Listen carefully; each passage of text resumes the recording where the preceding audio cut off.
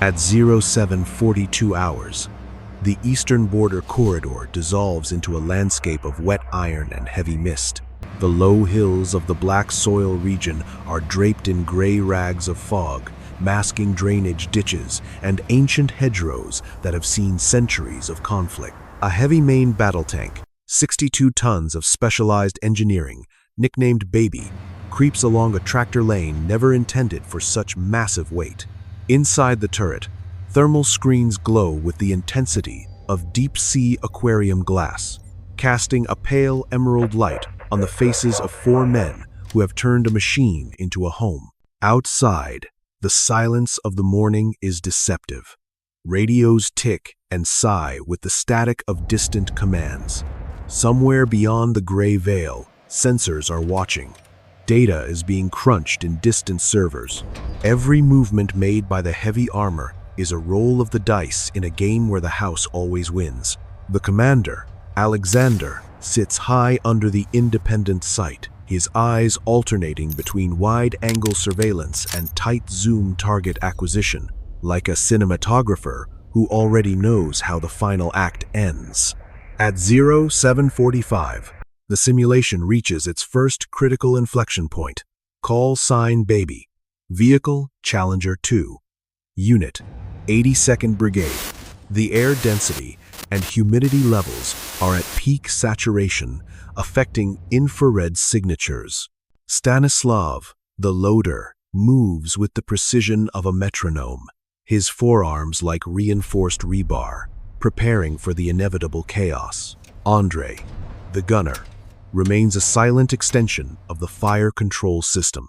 Sergei, the driver, maintains the revolutions of the engine to ensure the platform is ready for immediate displacement. The vehicle is a fortress of composite brickwork and specialized laminate, shielded by additional skirts and bar armor designed to disrupt the geometry of incoming shaped charges. It is a 2-room apartment compared to the cramped confines of older designs built with a singular philosophy: survivability above all else. At 0748, the L-30A one-rifled gun remains silent in its cradle, an old-school kinetic fist wrapped in 21st century software. The ammunition sits behind armored doors, charges entombed away from the crew, a design choice made to ensure that even if the day goes sideways, the heartbeat of the mission continues. Then, the contact sketches itself into reality. At 1 o'clock high, a rhythmic buzzing penetrates the fog. A loitering munition, patient as a tax audit, tips into a shallow dive. The wings shiver in the magnified sight picture. This is the moment where mathematics meets violence. The drone, an autonomous predator, seeks the upper quarter of the turret, the spot every enemy pilot dreams about. There is no clean cinematic fireball, only abrupt violence and a concussion that makes teeth ring. The top armor bucks. A spray of hot shards hisses off the laminate like rain off a greenhouse. Inside, the tank grimaces and keeps breathing. The first shot has been fired and the simulation has truly begun. The strategic gravity of this specific border salient cannot be overstated. In the cold calculus of modern conflict, geography remains the ultimate arbiter, and this corridor serves as a high-pressure point where 2 divergent military doctrines collide. To understand why a 62-ton British-engineered platform is navigating these specific coordinates, one must look beneath the surface directly into the Earth itself. This region is defined by the Chernozem, the legendary black soil of Eastern Europe. It is a tactical paradox that has dictated the tempo of warfare for centuries. In the dry summer, it provides a stable, high-traction platform for rapid maneuver warfare. In the dampness of an autumn morning, it transforms into a viscous, bottomless trap that can swallow lighter-wheeled vehicles and strain even the most powerful turbine engines. For the crew of the Challenger 2, the ground is not merely a setting. It is the first combatant they must negotiate. The historical echoes of this terrain are profound. Over 80 years ago, These same fields bore witness to the largest armored clash in human history, where thousands of steel giants ground each other into the mud. The current simulation recognizes this continuity, but notes a fundamental shift in the nature of the engagement. The battlefield is no longer just a physical space of kinetic exchange. It is a multidimensional grid of electromagnetic signatures. The drainage ditches and dense forest belts that once hid infantry now conceal signal repeaters, electronic warfare arrays, and thermal decoys. This is a theater where the prize is control over a vital logistical artery, a gateway that connects regional supply hubs to the heart of the operational zone. The deployment of heavy Western armor into this salient was a calculated strategic gamble. It was a move designed to test a specific hypothesis: whether superior individual protection and long-range precision could offset the sheer mass and localized saturation fire of an opposing force. This is not just a territorial skirmish. It is a live environment evaluation of global defense philosophies. On one side, the doctrine of massed, expendable fires and rapid production cycles. On the other, the philosophy of high survivability, where the cost of the machine is secondary to the preservation of the highly trained crew within. As the fog lifts over the Kursk hedges, the world watches through the unblinking eyes of 1,000 orbiting satellites. The engagement is not merely local. Its ripples are felt in the boardrooms of defense contractors in London and the strategic planning rooms of global superpowers. Every meter gained or lost is a data point that will redefine the future of armored warfare for the next half-century. To understand the machine known as Baby is to understand a specific philosophy of high-endurance engineering. The Challenger 2 is not designed for the aesthetics of modern speed. It is designed for the brutal reality of sustained attrition. At its core lies the Dorchester Armored Suite, a classified evolution of the Chobham laminate. This is not merely a slab of hardened steel. It is a complex matrix of ceramics, metal alloys, and specialized backing materials. When a shaped charge jet from an anti-tank missile strikes this surface, the ceramic layers shatter in a controlled manner, disrupting the concentrated stream of plasma and dissipating its energy across a wider surface area. The physics are simple, yet absolute. The armor consumes the threat before the threat can reach the 4 human lives inside. Unlike opposing platforms that prioritize a low silhouette at the cost of internal volume, this machine accepts its massive profile in exchange for a survivability rating that remains a gold standard in armored warfare. The primary offensive instrument is the L-30A-1, a 120mm rifled gun.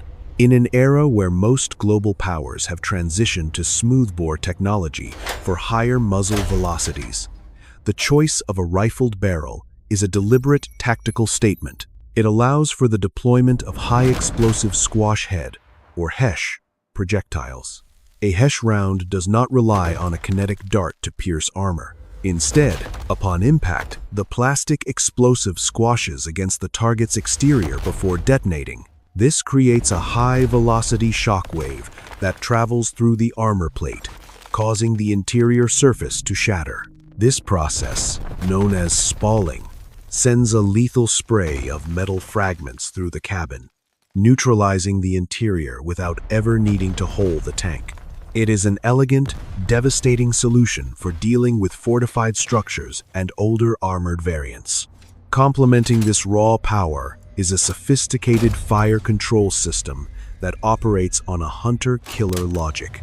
The commander uses an independent panoramic sight to scan the horizon, identifying and designating potential targets. With the press of a button, the turret automatically slews to the new threat, handing the solution to the gunner, Andre, who maintains a continuous laser range-finding lock. This allows the commander to immediately begin searching for the next target while the first is being engaged. The integration of the digital battlefield management system ensures that Baby is never fighting in isolation. It is a single node in a vast, interconnected C4ISR network, receiving real-time data from overhead drones and distant sensor arrays. Every internal component, from the armored ammunition bins to the fire suppression sensors, is calibrated to ensure that even a catastrophic hit does not result in a total loss. This is the architecture of survival, where the machine is the shield and the crew is the sharpened edge. At 0749, the tactical environment shifts as the sun attempts to penetrate the dense layer of morning mist. In the realm of high-intensity conflict, weather is a kinetic variable. The high humidity levels create a phenomenon known as thermal bloom, where moisture particles in the air scatter infrared signatures, making long-range identification through standard optics a grueling exercise in pattern recognition. For the sensors on board the Challenger 2, the world is a flickering mosaic of gray and neon green. The aquarium glass of the thermal displays struggles to distinguish between the residual heat of the Earth and the cold steel of an idling engine. The battle is not merely occurring on the physical plane. It is raging across the electromagnetic spectrum. The air is thick with the invisible noise of local signals. To the east, a specialized electronic warfare unit operates an interference array, projecting a dome of radio frequency static designed to sever the link between opposing loitering munitions and their remote operators. This is what the tactical net calls the breathing window, a temporary and unstable pocket of signal suppression. Within this window, the digital links of incoming drones stutter and lag, forcing their onboard processors to rely on primitive internal logic rather than human-directed precision. It is a fragile shield, smelling of overheated solder and ozone, and it is the only thing preventing the sky from raining guided fire. Sergei, the driver, initiates a gentle serpentine maneuver. This is not a random movement. It is a calculated effort to frustrate the predictive algorithms used by laser-guided systems. By constantly shifting the hull's orientation and velocity, he ensures that any range-finding attempt remains a fleeting data point rather than a confirmed solution. The suspension of the heavy platform groans under the strain, the massive CV-12 engine emitting a low, smug hum that vibrates through the floor plates. On the command net, warnings of loitering munition launches from a nearby orchard begin to filter through. The threat is multi-axial. The mist that hides the tank also hides the hunters. Inside the turret, the atmosphere is heavy with the scent of burnt cordite and the quiet tension of professional soldiers. Every tick of the radio, every flicker of the sensor array is a heartbeat in a larger machine. Alexander monitors the inter-vehicle data link, watching as friendly units to the rear report sightings of thermal signatures near a distant farmhouse. The simulation notes a high probability of a coordinated ambush. The fog of war is no longer just a metaphor for confusion. It is a tangible, breathable wall of uncertainty. In this gray world, the first to see is the first to live, and the Challenger 2's sensor suite is pushed to its absolute threshold to find a target that refuses to be a photograph. 0752 hours. The digital mosaic on the gunner's display suddenly stabilizes as a heat signature resolves against a tree line 2.6 kilometers to the north. In the cold language of the fire control system, this is not a vehicle. It is a set of coordinates and a thermal delta. The commander, Alexander, taps the override. The hunter-killer logic takes control, slewing the massive turret with a hydraulic growl that vibrates through the hull. Two infantry fighting vehicles are attempting to mimic the profile of boulders near a drainage ditch.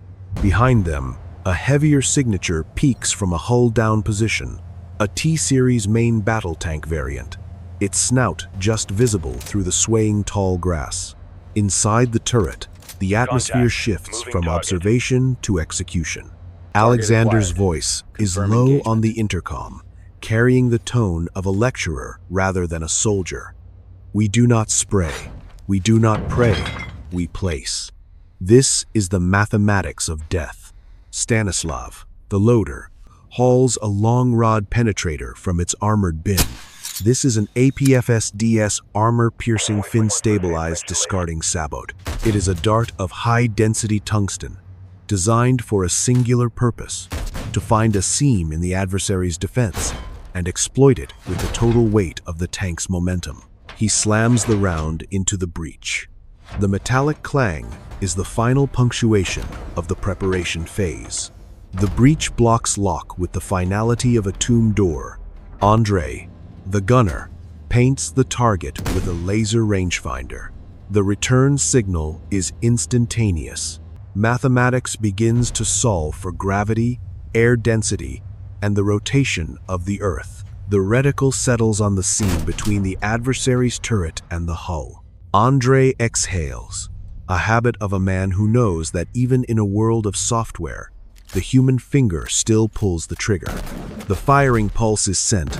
The L-30A. One recoils with a short, sharp earthquake that kicks dust from the turret floor. The long rod leaves the barrel at Mach 5, shedding its sabot petals like a steel flower blooming in midair. 2 seconds of flight follow a vacuum of sound where time seems to stretch. Then, the physics of kinetic energy take over. The tungsten dart finds the crack in the adversary's armor, like water finds a leak. There is no exterior explosion, only the sudden, violent conversion of movement into heat. The thermal display blossoms into a white flower of pure energy, as the interior of the targeted tank catastrophically fails. The adversary's turret does not fly. It simply ceases to be a functional unit. Andrei's voice remains flat as asphalt on the intercom. Target neutralized. Shifting to secondary. The first BMP attempts to reverse behind a haystack, as if dry straw could stop the cold logic of a Hesh round. Stanislav is already moving, his rhythm unbroken by the shock of the first shot. The next shell is rammed home before the smoke has even cleared from the first. This is the rhythm of the 82nd Brigade, a mechanical symphony played in a minor key. The second shot slaps the bale of straw and pours concrete killing energy through the aluminum skin of the vehicle. Dismounts spill from the rear doors like coins falling from a torn pocket, scattered by a force they never saw coming. At 0755, the field is no longer silent. The first contact is over, and the geometry of the corridor has been permanently altered. By 0758, the tactical reality on the ground reaches a state of critical saturation. The destruction of the armored vanguard has acted as a flare, drawing the attention of every regional asset within a 15-kilometer radius. The opposing force is no longer guessing. They have developed a firm opinion on Baby's location. This is the moment where the Challenger 2 becomes a magnet for massed fire. On the brigade net, a high-priority warning flashes across the commander's terminal. Anti-tank guided missile launch detected from the northern farmhouse, followed by multiple loitering munition signatures emerging from a nearby orchard. 2 different killers, operating on the same thesis. Stop the heavy platform at all costs. A glass thread appears in the periphery of the commander's independent sight, the telltale signature of a wire-guided missile, a heavy ATGM. Burning through the mist, simultaneously, the Lancet loitering munition, having fought through the electronic static of the breathing window, commits to a terminal dive. It shivers in the optics, its AI-driven processor locked onto the heat signature of the engine deck. Alexander's voice turns as sharp as a door hinge. Smoke right, hard left. Sergei throws the massive hull into a lurching pivot, the tracks tearing into the black soil as 6 smoke grenades sneeze a gray curtain of burnt magnesium into the air. The wire-guided missile, losing its visual lock in the sudden wall of fog, overcorrects. It misses the driver's left toe by a mere meter, detonating against the mud with a force that smacks the hull like a giant's open hand. Inside, the sensors go speckled, then resolve. But the Lancet is hungry.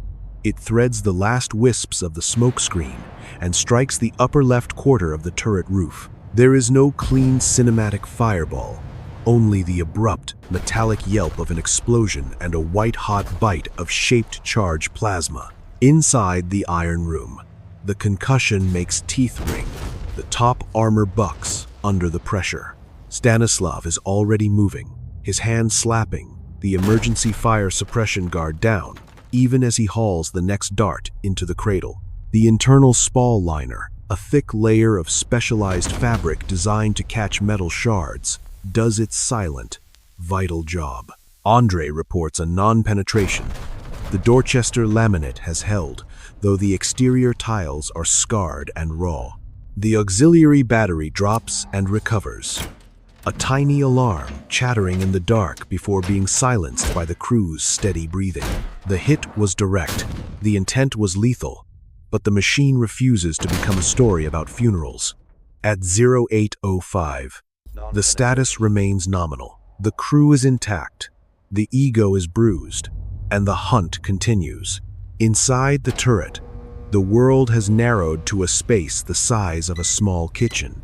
Filled with the hum of electronics and the smell of warm oil, this is the Iron Room, a sanctuary of high-tensile steel and composite fibers. Following the impact of the loitering munition, the air is thick with the tiny, stinging scent of burnt cordite and the sharp metallic tang of new scorches on the exterior hull.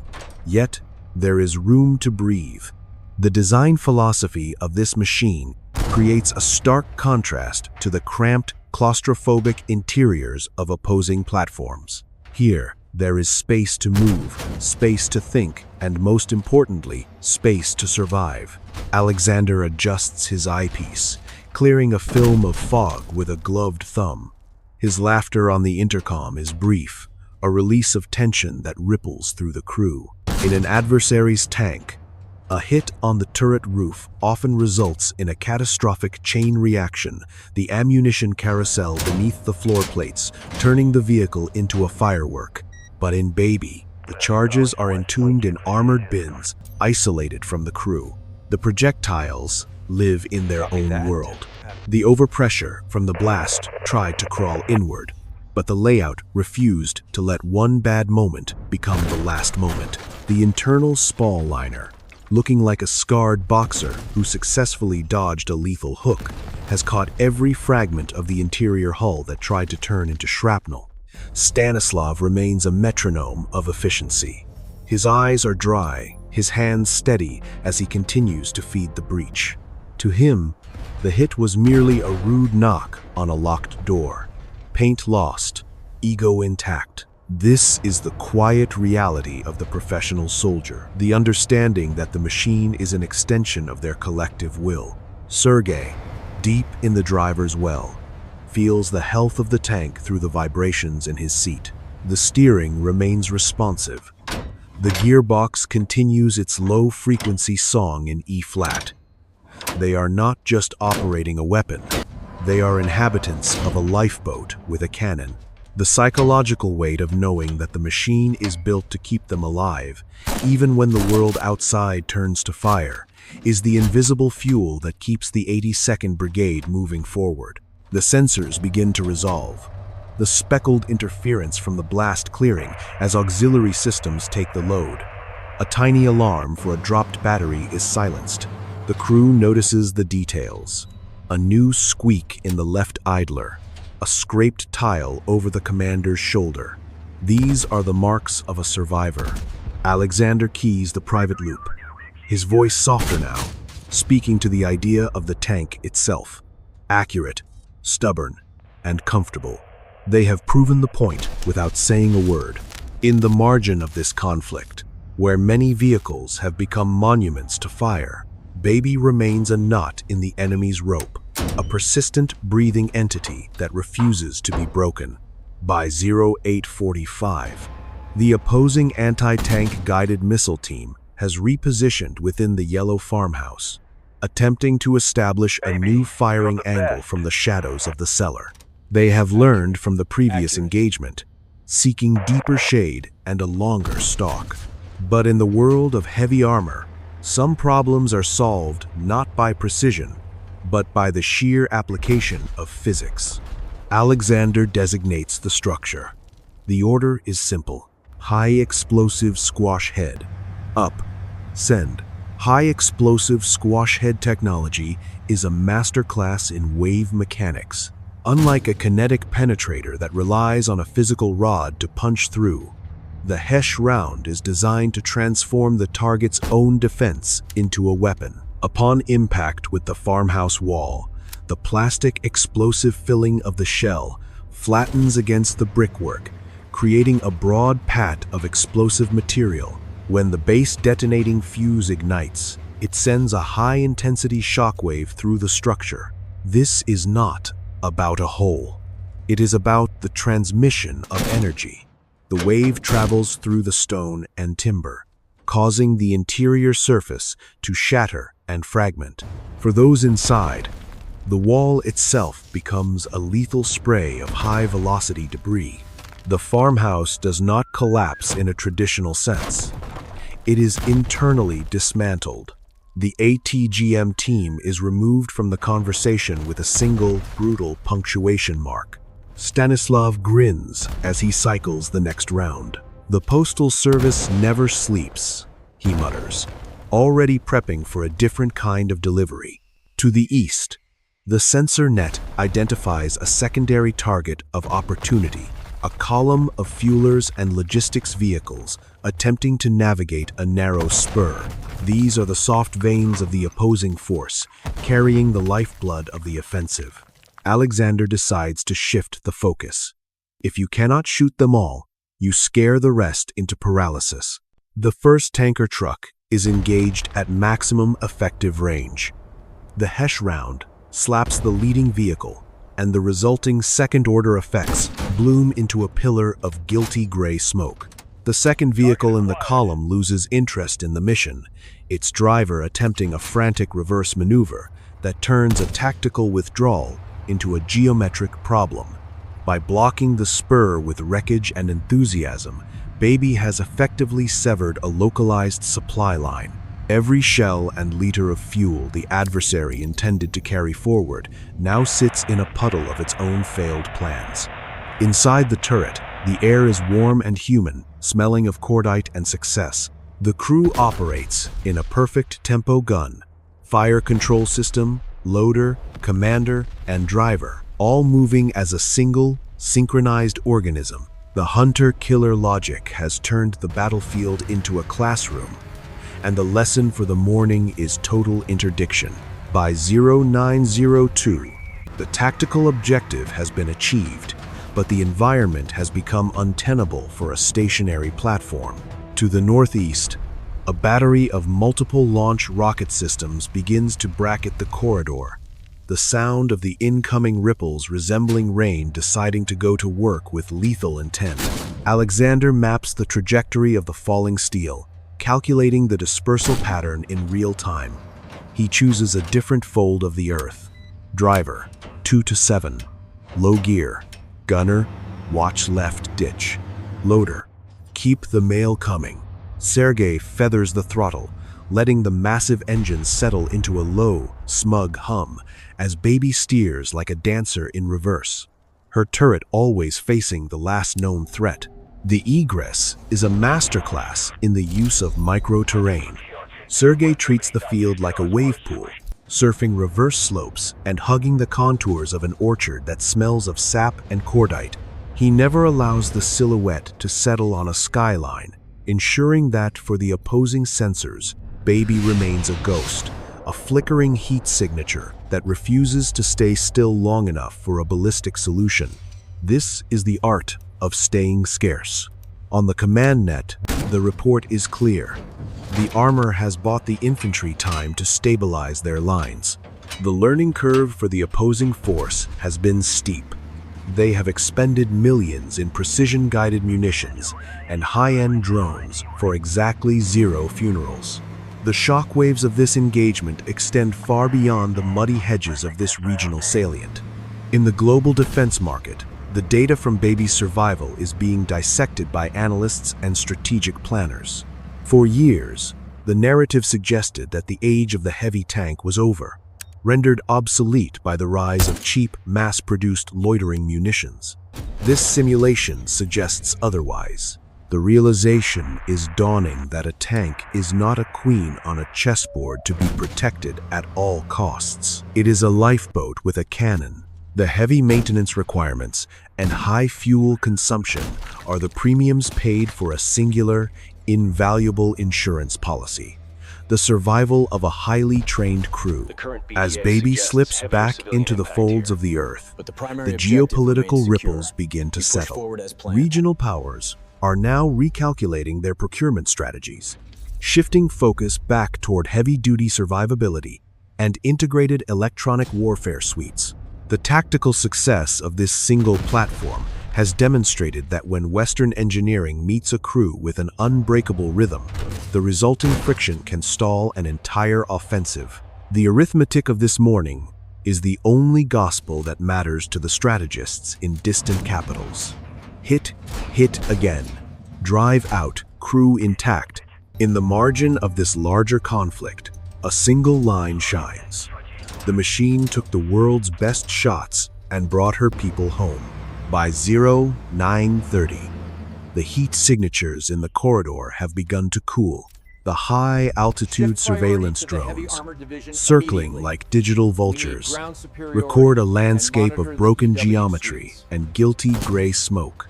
Below, Baby has reached the safety of the secondary rally point. Alexander scribbles in his log with a pencil shortened by the friction of war. The tally is objective and cold. 2 infantry fighting vehicles, 2 main battle tanks, 2 anti-tank guided missile teams, and 3 loitering munitions neutralized or engaged. He underlines the most important number in the margin of the page. 0. 0 penetrations. 0 casualties. In the brutal economy of the front line, some numbers deserve a ceremony. The external state of the machine tells a story of abrupt violence. The Dorchester tiles over the left shoulder are scraped raw, the skirts are exfoliated by shrapnel, and one storage box is a twisted wreck of metal. Yet, the mobility remains nominal. The firepower is spicy. The 4 beating hearts inside remain in a rhythm that did not break under the pressure of the kill chain. This is the final verdict of the simulation. The cost of a machine is a variable, but the cost of a dead crew is a permanent strategic deficit. A destroyed turret can be replaced in a factory. A veteran crew represents years of specialized training and a family's last photograph. By prioritizing the human element, the design philosophy of the Challenger 2 has turned a potential funeral into a post-action report. As the crew pops the hatches to let the warm, cordite-scented air escape, the silence of the orchard is a heavy thing. They do not brag, they check their tracks, they test the tension of the idlers, and they prepare for the next fold of ground. Alexander knows that the armor buys them the right to make mistakes, but their job is to make fewer. The CV-12 engine settles into a low, smug hum, a mechanical purr of a predator that has survived the night. The road ahead remains complicated, filled with the unseen glass threads of missiles and the buzzing of autonomous swarms. But for today, the arithmetic of survival has been solved. The lifeboat with a cannon rolls forward into the lifting fog, leaving behind a trail of furrowed earth that will remember this weight for hours. The hunt continues, but the story of Baby is no longer just about steel. It is about the stubborn refusal to become a memory. The content of this video script is a strategic simulation generated by artificial intelligence. The events, tactical outcomes, and fictionalized weapon systems described herein are based on theoretical military doctrines and hypothetical scenarios for the purpose of geopolitical analysis and cinematic storytelling. This content does not represent 100% accurate real-world intelligence, confirmed dates, or official military reporting. It is intended for educational and entertainment purposes only.